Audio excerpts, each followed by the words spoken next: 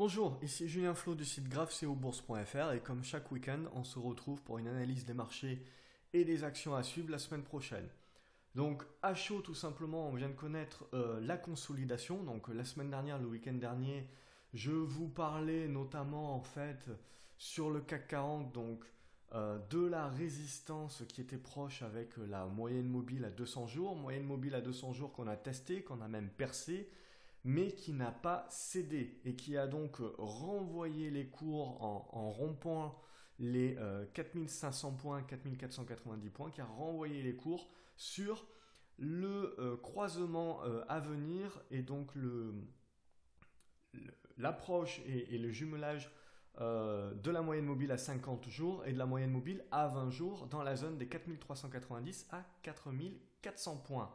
Donc clairement, nous sommes en consolidation, ça ne remet pas en cause l'embellie haussière que nous avions connue suite à la cassure de notre triangle d'indécision et donc à la cassure haussière des 4350-4360 points qui avait donc validé l'embellie haussière. Donc là la question c'est est-ce qu'on se retrouve dans une tendance comme on a connu le mois dernier où finalement les résistances qui avaient été rompues à la hausse n'avaient pas soutenu les cours et avaient rompu à la baisse.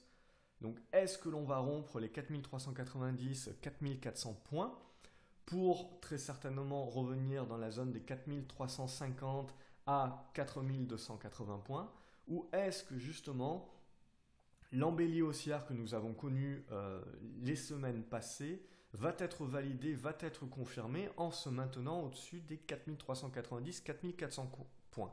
Donc c'est justement la raison pour laquelle tout simplement le CAC 40 reste dans cette embellie haussière tant que l'on est au-dessus de la zone pivot des 4390-4400 points. Donc c'est vraiment une zone pivot au-dessus de laquelle il faut rester si on veut demeurer haussier. Par contre, si on venait à rompre à la baisse cette zone pivot, alors il faudrait être méfiant et être prudent face au marché. De toute manière, il va falloir être assez prudent puisque la séance vendredi, suite aux mauvaises stats, enfin aux stats moins bonnes que prévues, surtout de l'emploi américain, en fait il y a eu un énorme décrochage. Donc plus que les stats, vraiment, c'est pas vraiment les stats qui sont importantes et que vous devez suivre en bourse, c'est comment le marché les interprète. Donc vous ne devez avoir aucune certitude ou aucune opinion à propos des stats, vous ne devez pas chercher à les interpréter, vous devez juste chercher à voir ce que le marché lui voit, ce que le marché lui interprète. Donc clairement, on était sur les plus hauts de la séance à flirter avec les 4490 points, qui était un niveau de résistance que si on dépassait justement, on revalidait en renouveau haussier la fin de la consolidation, il n'en a rien été. Donc suite à cette stat, non seulement les 4490 points ont été conservés en résistance, mais on a eu également tout simplement un départ baissier fort et rapide qui a rompu la zone des 4435-4445. Et donc à partir de ce moment-là où on avait ce support qui était rompu, les 4400 points étaient clairement un appel pour le marché qui les a donc testés. Donc on a nourri un rebond haussier à la faveur justement de la moyenne mobile à 20 et 50 jours. Mais maintenant, ce qui va être très important en début de la semaine prochaine, ça va être que les acheteurs confirment soutenir ce niveau-là. Auquel cas, si ce n'était pas le cas justement, si les acheteurs ne soutenaient pas les 4390-4400 points, eh ben, on remettrait en cause l'embellie haussière que nous avons connue la semaine dernière. Et donc, tout simplement, il faudrait redevenir très prudent et très méfiant sur les marchés, car tout retour sous les 4390-4400 points et a fortiori sous 4350-4280 points pourrait justement valider une figure en épaule, tête, épaule. Donc épaule, tête et épaule ici. Et c'est une figure, vous voyez, qui potentiellement aurait tout simplement un objectif aux alentours des 3900 à 3840 points. Donc ce serait une figure extrêmement baissière. Donc comme vous le voyez, on reste à long terme dans une tendance baissière. Nous étions donc depuis plusieurs mois dans une tendance de rebond technique. rebond technique qui s'est aplati dans cette zone-là en formant une épaule tête-épaule. Bon, il ne faut pas anticiper la figure, car une épaule tête-épaule, en fait, on est beaucoup à la voir, mais il faut éviter de l'interpréter et de l'anticiper, parce que très souvent, les figures, même parfaites et très jolies comme celle-ci, ne sont tout simplement pas suivies par le marché. Donc il faut faire attention, il faudra surtout se servir des zones pivots. Donc pour moi, 4390, 4400, pardon, est une zone pivot. Au-dessus, on a de quoi rester optimiste, mais il va falloir très rapidement réagir, reconquérir les 4445 et les 4500 points pour justement être capable d'initier un renouveau haussier vers les 4590 et au-delà. Ou au contraire, si on vient à passer en dessous des 4400 points, il va falloir être très prudent car le marché va très certainement vouloir revenir tester le bas de son canal dans la zone des 4300 points, 4320 points. Et là, si on venait justement à rompre et en demeurant sous 4400 points, ça serait une phase en fait où il faudrait tout simplement vendre le marché et où il faudrait sortir du portefeuille parce que le risque serait, en cas de cassure des 4300-4280 points, de tout simplement relancer la baisse qui deviendrait panique sous 4250 points. On rappelle qu'il nous reste quand même un gap haussier ici que l'on avait ouvert, béant, sur les 4000 points. Donc attention, méfiance, on peut rester optimiste au-dessus des 4400 points, on a quand même un regroupement des moyennes mobiles, ce qui est toujours quand même un avantage, mais justement, si cet avantage n'est pas saisi par les acheteurs, si on casse ce regroupement des moyennes mobiles, ça sera un signal de vente fort. Si on regarde au niveau du Brent, on reste dans une tendance haussière, mais comme je vous le disais la semaine dernière, ce qu'il faut regarder, c'est le train d'haussier sur le RSI. Train d'haussier sur le RSI qui est en train de flirter avec son support. On est en train de flirter avec la moyenne mobile à 20 jours, elle-même juxtaposée au support des 48 $. Donc méfiance, parce que si on vient à rompre ces 48 $, on devrait revenir chercher les 45 à 46 $. Donc méfiance sur les valeurs pétrolières. On a également CGG qui a annoncé un regroupement de ses actions. C'est jamais bon signe, j'apprécie pas les regroupements des actions. Et ensuite, on continue à avoir des analystes qui continuent justement à baisser leurs projections de cours et leurs recommandations sur les valeurs pétrolières. Donc méfiance, surtout si les cours venaient à lancer une consolidation. Si on regarde l'or, justement, la méfiance que l'on a connue justement aujourd'hui, tout simplement sur l'or, on a recassé à la baisse ce trend haussier qu'il y avait ici. Vous voyez, on a l'impact, on a la cassure et le pullback, c'est tout simplement parfait. Et on a les moyennes mobiles courtes qui sont en train de remonter. Donc, a fortiori, vous voyez, comme je vous le disais le week-end dernier, on est revenu dans la zone des 1190-1200 $, qui joue un rôle de support sur lequel on devrait lancer un rebond technique. Mais il va de soi que tant que l'on reste sous les 1245 $, 1250 $, on n'est pas dans un renouveau haussier de la tendance, on reste dans un aplatissement et dans une consolidation à plat de l'or.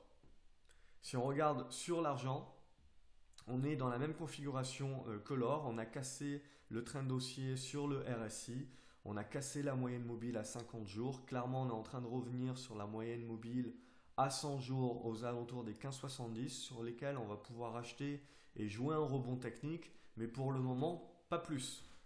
Si on regarde au niveau de l'euro-dollar, on est tout simplement suite à l'échec à casser la résistance horizontale. On a rompu les moyennes mobiles à 20 et 50 jours, ce qui a déclenché le signal de vente. Et on est tout simplement revenu sur le trend haussier en support. Donc maintenant, vous voyez, on a rebondi en support sur ce trend haussier qui est également jumelé aux moyennes mobiles longues. Et on est en train maintenant de rebondir et de buter techniquement sur les moyennes mobiles courtes à 50 et 20 jours. Donc on est en train de créer un squeeze. Et c'est la sortie de ce squeeze-là qui va nous donner une tendance. Donc ça, en fait, tout simplement, l'attente et la sortie de squeeze, de congestion donc sur l'euro-dollar, se jumellent par rapport à la sortie qui va devoir s'effectuer sur les indices. Donc concrètement, ce que l'on va regarder là, pour le moment, sous 1,12, 1,13, on reste négatif sur l'euro-dollar, il faudrait que l'euro-dollar remonte au-dessus des 1,13 pour valider vraiment un signal d'achat qui nous permettrait de réinitier la tendance haussière sur l'euro-dollar. Par contre, si on est incapable de remonter au-dessus des 1,13, on voit tout simplement que les moyennes mobiles longues vont être fragilisées et toute cassure et tout retour en dessous des indices 50 lancera un signal de vente et un signal de retournement à la baisse vers des plus bas à nouveau sur l'euro-dollar. Si on regarde au niveau du Dow Jones, donc tout simplement le Dow Jones, lui, reste dans une consolidation au-dessus de ses moyennes mobiles à 20 et 50 jours. On est quand même énormément en train de tester ces supports. Pour le moment, tout simplement, le Dow Jones est en train de nous envoyer un signal de faiblesse, c'est-à-dire qu'on teste énormément les supports, mais sans pour autant lancer derrière des renouveaux haussiers.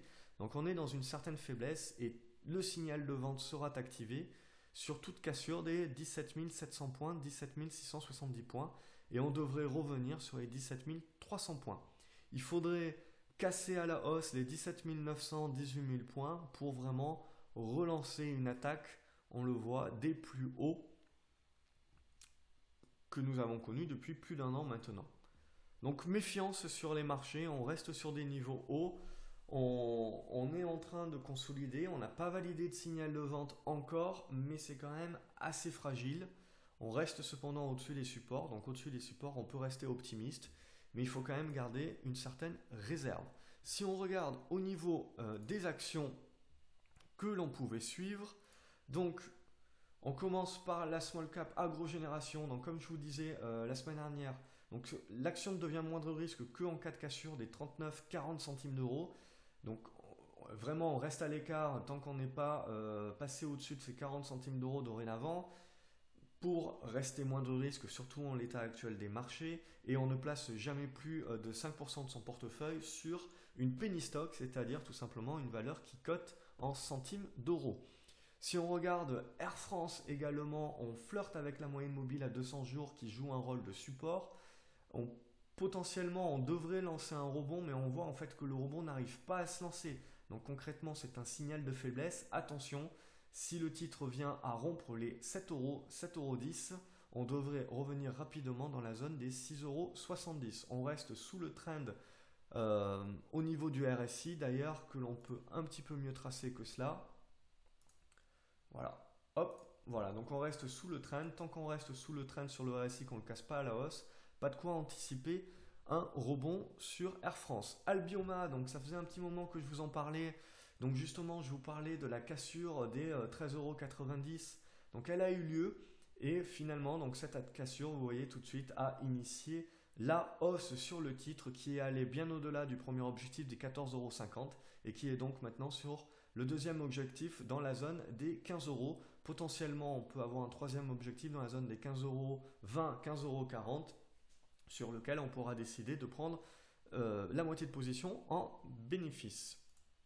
Arcos également, on a eu le rebond sur le support des 1,45 €, le rebond qui s'est arrêté sur la résistance des 1,67 €. Donc concrètement, là, on est en train de revenir dans une zone où on voit qu'on a toutes les moyennes mobiles qui sont regroupées. Donc potentiellement, on devrait pouvoir initier un nouveau rebond sur cassure des 1,62 € qui devrait aller chercher la zone des 1,70 €, 1,72 €. Ça reste du spéculatif en l'état actuel des choses.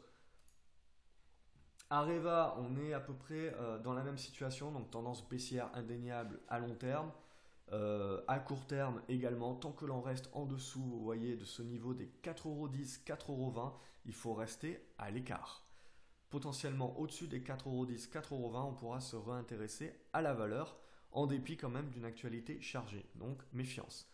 Art Price également, donc suite à la grosse hausse, donc au titre que j'avais pu conseiller sur ces niveaux ici, et au gros mouvement haussier de 30-35% qui a eu lieu, qui s'en est suivi. On a eu une grosse correction, consolidation, on a eu un rebond technique qui s'est initié, qui a avorté sur la moyenne mobile à 20 jours.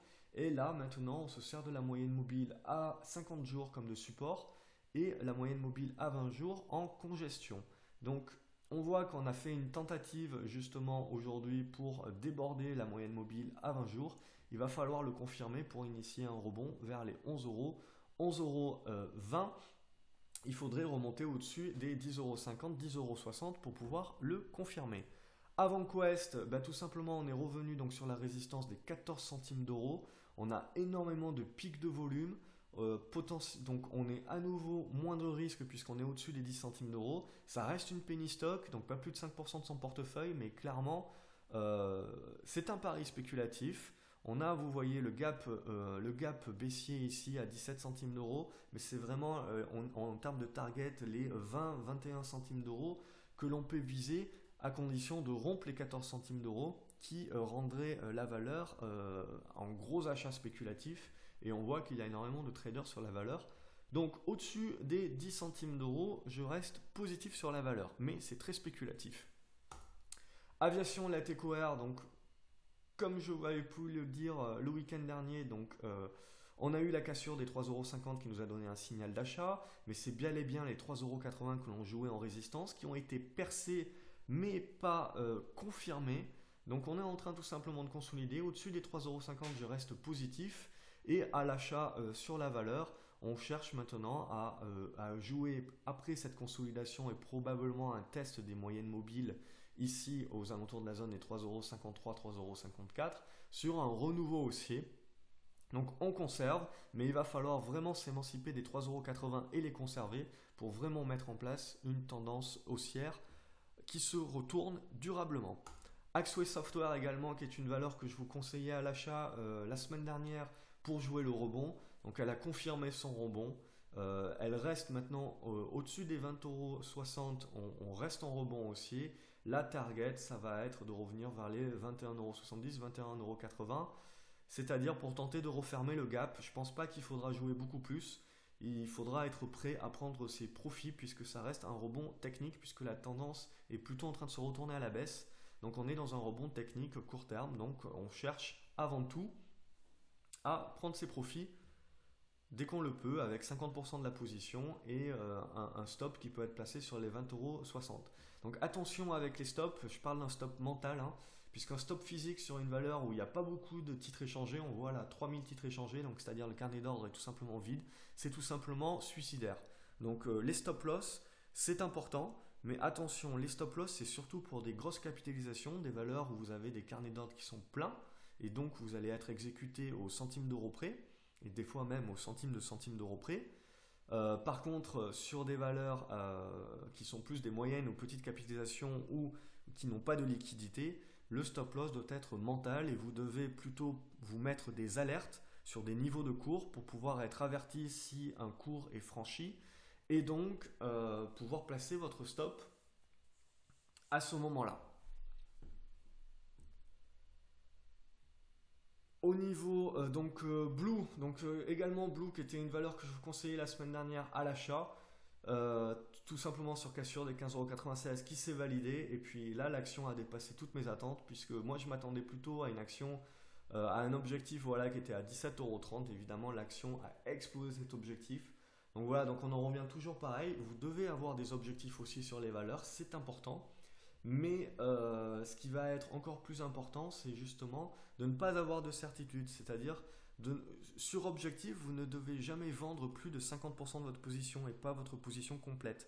Pourquoi? Parce que tout simplement, vos objectifs peuvent être dépassés.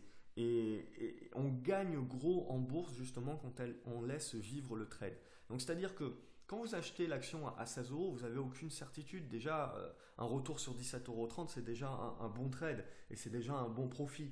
Mais il faut éviter de prendre votre profit sur la totalité de votre position, justement, pour au moins laisser vivre votre position. Donc, qu'est-ce que vous faites? Tout simplement, vous vendez 50% de la position sur objectif. Comme ça, vous sécurisez une partie des bénéfices. Et derrière, vous conservez l'autre moitié pour voir justement si le titre est capable de vous surprendre. Et là, en l'occurrence, Blue était largement capable de vous surprendre avec du volume et par contre vous voyez on est en train de revenir dans cette zone ici de résistance entre 21,20 € et 20,90 €, donc on devrait buter sur cette zone là et c'est là en effet que vous pouvez à nouveau vendre 50% de vos 50% et ainsi de suite. C'est comme ça que vous devez vendre vos titres Et derrière, vous devez remonter votre stop, qui est ici sera un stop mental également, ou un stop physique, puisqu'on voit qu'il y a beaucoup plus de volume qu'avant. Donc suivant également votre position, le nombre de titres que vous détenez évidemment. Et vous pourrez placer tout simplement votre stop au niveau des 18,50 €. Boiron également, donc en rebond technique, on voit qu'on a du mal à passer la moyenne mobile à 200 jours, donc clairement tant qu'on reste au-dessus des 72,35 €, on reste en rebond technique et l'objectif c'est de rompre cette moyenne mobile à 200 jours pour initier un rebond un peu plus durable vers la zone des 83 €. Big Bang Interactive, bon ben voilà, ben ça c'était l'achat moindre risque par excellence, hein. Donc quand je vous parle d'achat moindre risque, voilà, vous en avez un exemple parfait avec Big Bang Interactive, donc qu'on avait conseillé suite à la rupture de la moyenne mobile à 200 jours et à son maintien au-dessus et à l'aplatissement de celle-ci. Et derrière, on pouvait éventuellement également accumuler et doubler la position suite à la cassure de cette résistance oblique sur ce niveau des 4,14 € et depuis on voit c'est la moyenne mobile à 20 jours qui sert de support. Donc vous conservez l'action puisqu'elle est toujours à moindre risque et qu'elle continue sa hausse et vous vous servez de la moyenne mobile à 20 jours comme de stop loss pour vendre en cas de cassure à la baisse de celle-ci. Bolloré également, donc tendance baissière long terme. On a mis en place un rebond technique qui a du mal à casser les 3,30 €. Donc on ne revient pas sur la valeur tant que celle-ci reste sous les 3,30 €.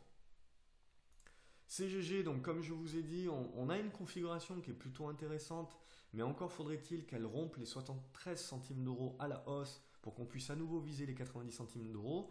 Mais voilà, la société a annoncé un regroupement d'actions et honnêtement, moi j'apprécie moyennement les regroupements d'actions. Juste pour vous donner un exemple récent, vous avez qu'à aller voir le graphique de Solocal. Ensuite, Crédit Agricole, donc des bancaires. Donc, les bancaires, ce qui est intéressant, c'est que voilà, on a le même squeeze, donc la même congestion que l'on a sur les indices.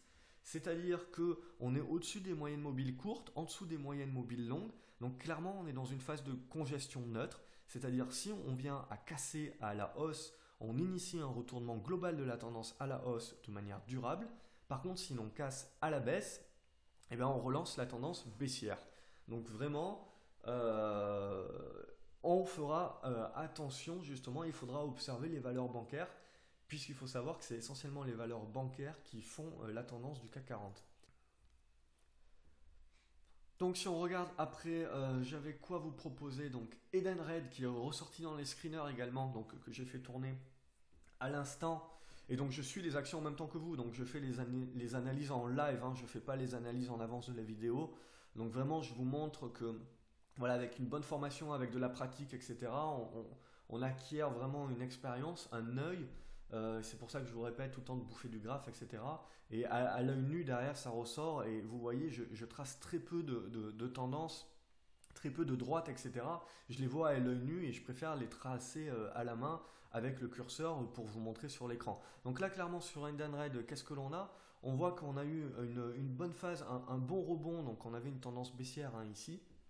On le voit, on a eu un bon rebond, un retourne sur les 15,80 € et derrière les 16,20 € vraiment qu'on joue en support. Donc voilà, au-dessus des 16,20 €, on peut être haussier sur la valeur. Par contre, il faudrait que la valeur rompe les 16,90 € pour initier un renouveau haussier. Donc là, pareil, le moindre risque, c'est sur cassure des 16,90 €. EDF, pareil. On va dire, on va rester à l'écart. Donc graphiquement, ce qui est intéressant, ça serait une cassure des 12,40 € pour initier une nouvelle hausse vers la moyenne mobile à 200 jours. Mais voilà, l'actualité est un petit peu chargée. On parle d'augmentation de capital, etc. Donc méfiance. Mais bon, l'action est toujours en rebond tant qu'on est au-dessus tout simplement des 11,40 €. Mais pour réinitier un mouvement haussier en direction de la moyenne mobile à 200, il faudrait rompre les 12,30 €, 12,40 €. Égide, voilà, qui était également donc, qui est dans un triangle, qui est sur la base du support des 3 €. Il faut patienter, être patient. L'action devient moindre risque et achat sur rupture des 3,30 €. Attention, c'est une valeur qui a très peu de volume. Le carnet d'ordre est assez vide. Donc elle est intéressante graphiquement, je vous la montre justement pour son intérêt graphique. Mais pour un investisseur, clairement, on ne parle pas quand même de l'investissement du siècle, étant donné qu'il n'y a quand même pas beaucoup d'actions qui sont échangées. Donc c'est avant tout pour euh, la beauté du graphique, on va dire. Et derrière, ça devrait redevenir intéressant avec du volume sur la rupture des 3,30 €. Donc pareil, là aussi, vous pouvez vous placer une alerte. C'est toujours intéressant. EOS Imaging, donc pareil, j'étais pessimiste suite à la rupture des 3,40 €. Donc on a eu un rebond technique qui a échoué sur la moyenne mobile à 20 jours. On a une reprise de la baisse. Il faut faire attention à ce gap qui est ici. Donc clairement, on va attendre que les moyennes mobiles se retournent à la baisse tout simplement. Et tant qu'on est en dessous des 3,40 €, on restera à l'écart. Eramé, qui vraiment suite au rebond sur sa moyenne mobile à 50 jours ici, n'arrête pas de monter. Par contre là, vous voyez avec la mèche haute, voilà, les acheteurs se sont fait stopper sur ce niveau. Ce qui nous permet en fait, vous le voyez, de tracer tout simplement cette oblique sous laquelle, on va dire, la hausse va un petit peu se consolider et s'essouffler dorénavant. Donc on a des choses, voilà, donc non, c'est pas comme ça, je vais le retracer. Donc on a un trend tout simplement haussier sur le RSI. On a également un support horizontal, et d'ailleurs je préfère ce support horizontal parce que vous voyez en fait, il a servi de résistance et à la cassure, il a déclenché l'achat ici, et il a servi à chaque fois à déceler le rebond. Donc c'est pour ça que mon oblique ici ne m'intéresse pas. Ce qui va m'intéresser, c'est que le RSI conserve ce support. Donc à chaque fois que le RSI va revenir sur ce support-là, je vais acheter pour jouer le rebond. Par contre, si le RSI vient à rompre cette droite de support ici, et bien tout simplement, ça sera mon signal de vente sur l'action Eramé. Fagron, qui est également une valeur que je vous avais conseillée sur les 5,50 € à l'achat. On est arrivé sur l'objectif avec la moyenne mobile à 150 jours. On devrait buter, on reste encore au-dessus du train haussier sur le RSI. Donc on n'a pas de signal de vente. Et sur toute rupture des 8,25 €, ce sont tout simplement les 10,70 € qui seraient visés. Donc on peut conserver l'action tout simplement tant que l'on est au-dessus de ce train haussier sur le RSI pour justement jouer la spéculation, la continuité de la spéculation et la rupture de ces 8,25 €, 8,30 €. Genfit, donc autre biotech, pour moi on est également dans quelque chose qui est en attente. Donc clairement, vous voyez, on est sous cette oblique-là. Tant qu'on est sous cette oblique-là, on n'a pas de signal d'achat. Donc il faudrait rompre les 29,80 € pour valider un signal d'achat qui serait confirmé au-dessus des 31,80 €, 31,90 €. GTT, donc pareil, fidèle à lui-même, donc au-dessus des 29,20 €, le rebond reste valide. On bute tout simplement sur cette résistance horizontale des 31,60 €. Donc tant qu'on ne rompt pas la hausse ces 31,60 €, on n'ira pas chercher le prochain objectif aux alentours des 34 €, 35 €. Et on va se servir vraiment tout simplement de ce support oblique. Voilà, de ce support oblique. Donc si on vient à recasser ici à la baisse, on repassera à l'écart de la valeur en attendant mieux. Arte Petrochem, on est dans la même physionomie. On reste sur du rebond des moyennes mobiles courtes, moyennes mobiles 50 et 20 jours. Donc au-dessus de ces moyennes mobiles, et même je dirais au-dessus des 13,90 €, le rebond reste valide et donc on peut conserver. Par contre, il faudrait vraiment s'affranchir des 15,60 € pour pouvoir initier un rebond vers la prochaine résistance des 16,80 €. Qu'est-ce que j'ai d'autre qui est ressorti et à suivre? On a Inat Pharma. Inat Pharma qui est remonté au-dessus de ses moyennes mobiles longues. Donc c'est intéressant. On a eu aujourd'hui, vous voyez, une mèche basse. Donc on est en train de conserver les 12,50 €. Donc au-dessus des 12,50 €, on peut être positif sur le titre. Mais il faudrait, pour vraiment lâcher les chevaux, il faudrait que le titre soit capable donc de remonter au-dessus des 13,40 € puis de confirmer au-dessus des 13,90 €. Inside Secure, donc pareil, on continue le mouvement haussier. Donc toujours pas de problématique, la hausse n'a pas de problématique. Par contre, vous voyez, on a de plus en plus de mèches hautes. Pour moi, clairement, ces mèches hautes sont en train de vous signifier qu'il faut prendre au minimum 50% de vos profits sur cette valeur. En attendant, Mauna Kea, donc mauvaise surprise sur Mauna Kea, on croyait le plus dur fait la semaine dernière, donc avec une annonce le 26 mai qui nous permettait d'avoir ce chandelier, donc je zoome, d'avoir ce chandelier ici qui nous permettait de rompre ce triangle, qui nous permettrait de rompre tout simplement ce triangle ici et cette oblique baissière à la hausse. On avait eu la confirmation également sur le RSI, mais dans la même journée, on a retourné la tendance et alors on a continué jour après jour en fait à inverser la tendance. Et c'était un signal tout simplement baissier et vendeur que je n'ai pas su voir, ou que j'ai su voir mais sur lequel je n'ai pas su réagir. Et j'ai conservé bêtement mes positions, donc j'ai largué aujourd'hui avec une perte que j'aurais pu larguer bien avant. Donc Mauna Kea, ça reste une valeur qu'il va falloir continuer à suivre parce que bon, elle reste spéculative, mais clairement graphiquement parlant, on est tout simplement à nouveau à l'écart. Et vous voyez qu'on est en train de revenir sur l'oblique support sur le RSI que l'on a testé aujourd'hui en revenant sur les 1,90 €. Mais vous voyez que quand on trace le biseau descendant, puisque maintenant on peut vraiment interpréter le fait qu'on est à nouveau dans un biseau descendant, on a potentiellement un support qui se trouve plutôt aux alentours des 1,76, 1,80 €. Donc méfiance. La valeur s'est retournée. Je veux dire, tant qu'on est sous les 2,20 € dorénavant, on peut continuer d'observer la valeur, mais de loin. On va éviter de prendre trop de risques face à des valeurs qui peuvent dégueuler assez facilement après. Mersenne également, qui était une valeur que je vous avais conseillée à la hausse suite au rebond de la moyenne mobile à 50. Donc vous voyez, la moyenne mobile à 200 jours a été l'objectif et a fait refluer les cours. On passe donc en mode consolidation. On va tout simplement, maintenant il faut observer la valeur, mais la valeur va très certainement tergiverser maintenant et trouver une congestion dans cette zone des 13 € à 14 €. Nicox également qui n'en finit plus de monter, donc suite à mon conseil d'achat qui avait été initié sur les 7 €, Nicox offre quasiment 80% de hausse dorénavant. Et tout simplement, par contre, là, on est bien au-delà de mon objectif, puisque j'avais tout d'abord défini mon objectif dans la zone des 10,30 € à 10,70 €, d'où l'importance, vous le voyez bien, de ne jamais vendre sur objectif votre position plus que 50% et de vraiment laisser vivre le trade. Donc là, Nicox, clairement, pour moi, je ne sais pas trop où ça va. Au niveau, on voit qu'on est en train de buter sur des anciens niveaux de support qui sont dans cette zone-là. Donc on voit qu'aux alentours des 12 €, 12,30 €, ça devrait quand même commencer à buter. On voit qu'on commence à avoir des petites mèches, mais bon, c'est pas énorme.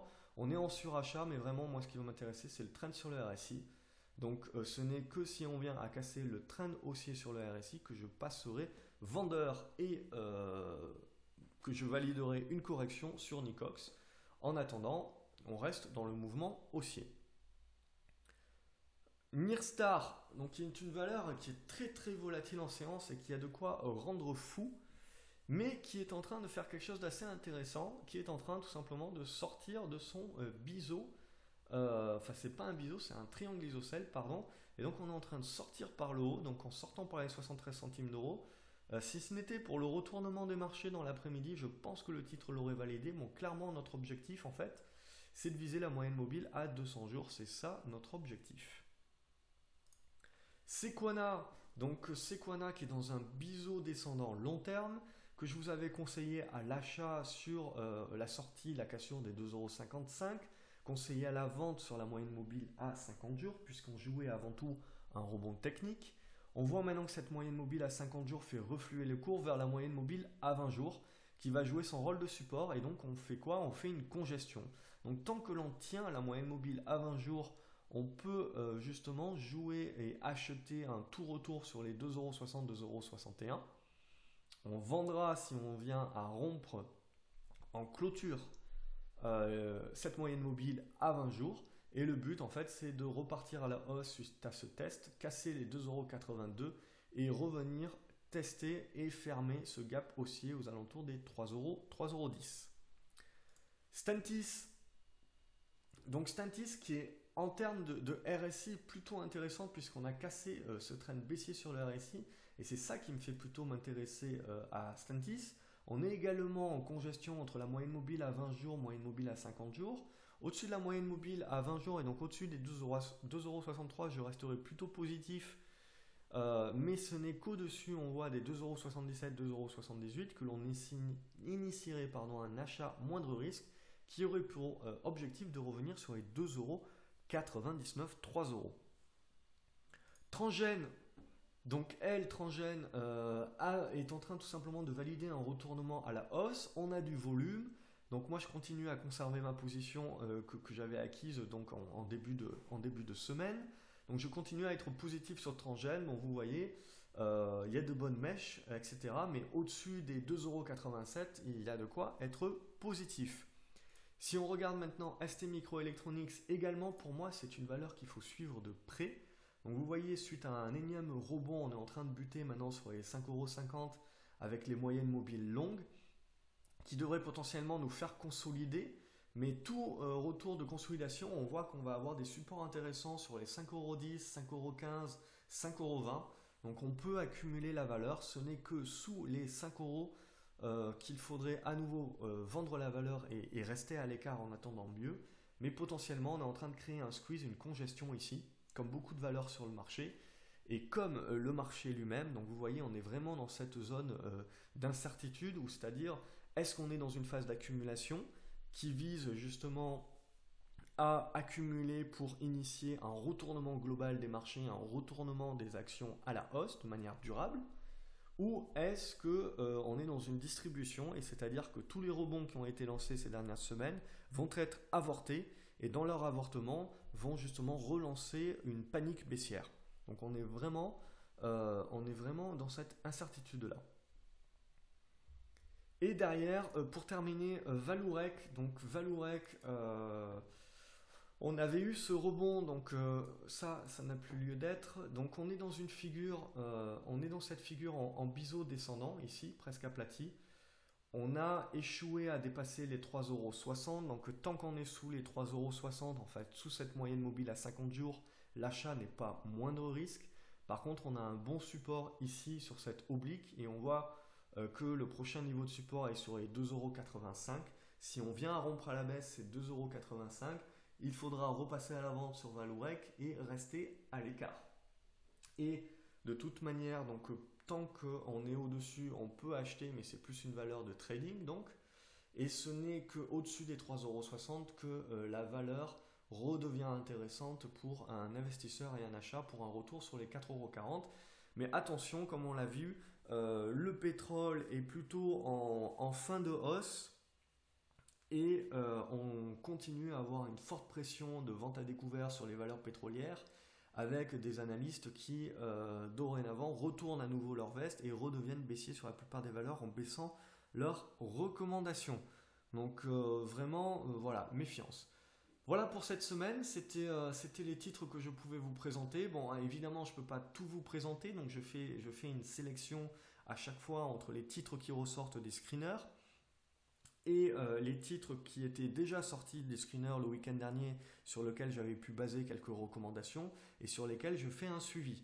Donc, comme d'habitude, si vous avez aimé la vidéo, n'hésitez pas à cliquer sur le pouce bleu pour me faire savoir que vous avez aimé la vidéo. Abonnez-vous à la chaîne de manière à recevoir une notification à chaque fois que je publie une nouvelle vidéo. Et je vous retrouve sur le site graphceobourse.fr pour d'autres articles et continuer à vous aider, je l'espère, à mieux investir en bourse au quotidien. Salut!